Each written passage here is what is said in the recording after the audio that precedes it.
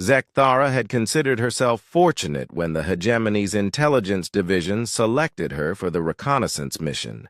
The human species, recently discovered on the galactic rim, had begun expanding aggressively into contested space. The High Command needed to understand their military capabilities before deciding whether to crush them preemptively or absorb them as vassals. The assignment seemed straightforward. Humans were a young species, barely 10,000 years out of their caves according to initial reports. Their technology was primitive, their lifespans laughably short, and their physical capabilities unremarkable. Zekthara's advanced camouflage systems would make observing them trivial. She established her observation post on the moon orbiting Kepler Form 42b, where human forces had engaged the Veltar Collective in what intelligence reports called a minor border skirmish. Through her quantum sensors, she watched the human fleet approach, crude fusion drives, kinetic weapons, and electromagnetic shielding that any proper civilization had abandoned millennia ago. The Veltar forces outnumbered the humans 3-1. With superior energy weapons and gravitational disruptors.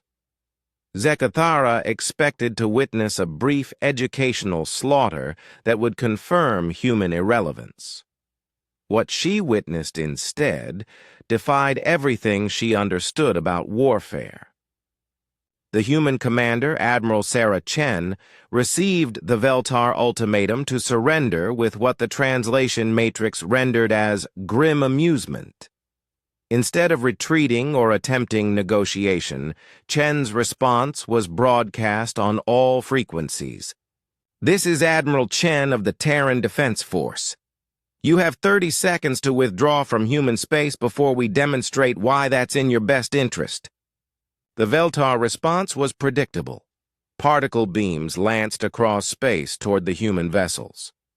Zekthara watched the primitive human ships absorb hits that should have vaporized them, their crude armor somehow deflecting energy that would have crippled hegemony cruisers. When the humans returned fire, their kinetic rounds punched through Veltar shields as if they were gossamer. But technology wasn't what made Zekthara's secondary hearts skip in rhythm. It was what happened when the human destroyer Indomitable took a direct hit to its reactor core. The ship's fusion plant went critical, bathing nearby vessels in lethal radiation. Standard protocol across all civilized species dictated immediate evacuation. The crew would abandon ship, accepting the loss of one vessel to preserve trained personnel. The Indomitable's captain, a young human named Marcus Rodriguez, made a different choice. "All hands, this is the captain," his voice crackled across emergency frequencies.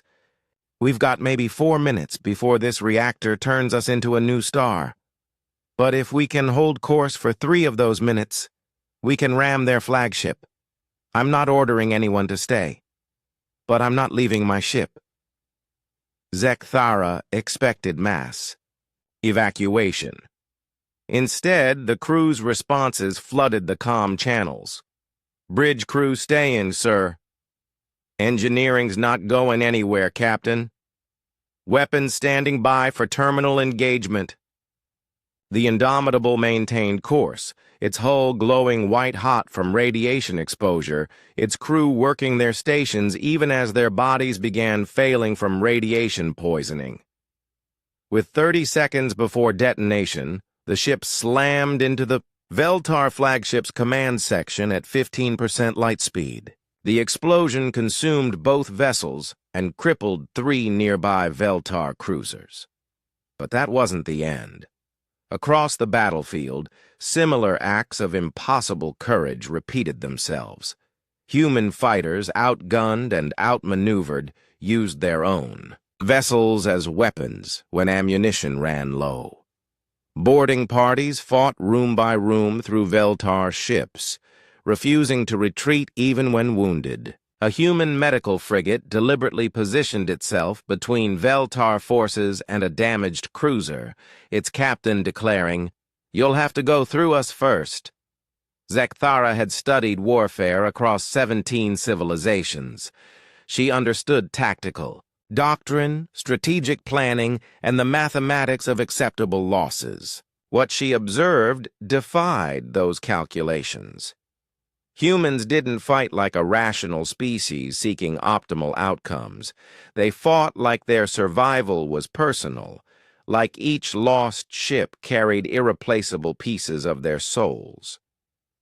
When Admiral Chen's forces emerged victorious, having destroyed a numerically superior enemy through sheer incomprehensible determination, Zekthara began composing her report.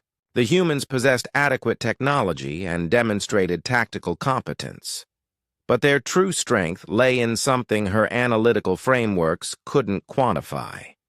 3 days later, while still processing her observations, Zekthara intercepted a human transmission that made her blood crystallize in her veins. A single human patrol ship had encountered a hegemony reconnaissance probe, her reconnaissance probe, in an outer system. The probe had been destroyed, but not before transmitting her location. Admiral Chen's voice cut through the static of interstellar space.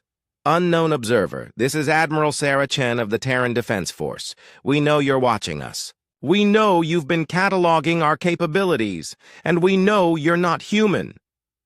Zekthara's camouflage systems were perfect, undetectable by any known technology. Her position should have been impossible to triangulate. "We also know," Chen continued, "that wherever you're from, you're probably deciding whether we're a threat worth eliminating.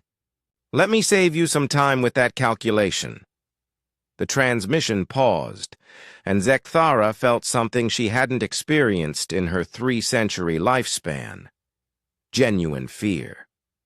"Humans don't fight for territory or resources or strategic advantage," Chen's voice resumed. "We fight for each other. Every ship you destroy, every world you threaten, every human life you take, we remember. And we'll keep coming until there's nothing left of us or nothing left of you." Another pause, longer this time. "So here's our offer. Leave us alone, and we'll leave you alone. But if you decide we're worth fighting—" The transmission crackled with what Zekthara's translator could only render as predatory satisfaction. Well, ask the Veltar how that worked out for them. Zekthara's report to Hegemony Command was brief. Recommend immediate diplomatic overtures. Species classification. Avoid at all costs. She never mentioned that she agreed with the recommendation for entirely personal reasons. She had come to spy on humans at war, expecting to document the limitations of a primitive species. Instead, she had learned that some species didn't have limitations. They had principles, and that was infinitely more terrifying.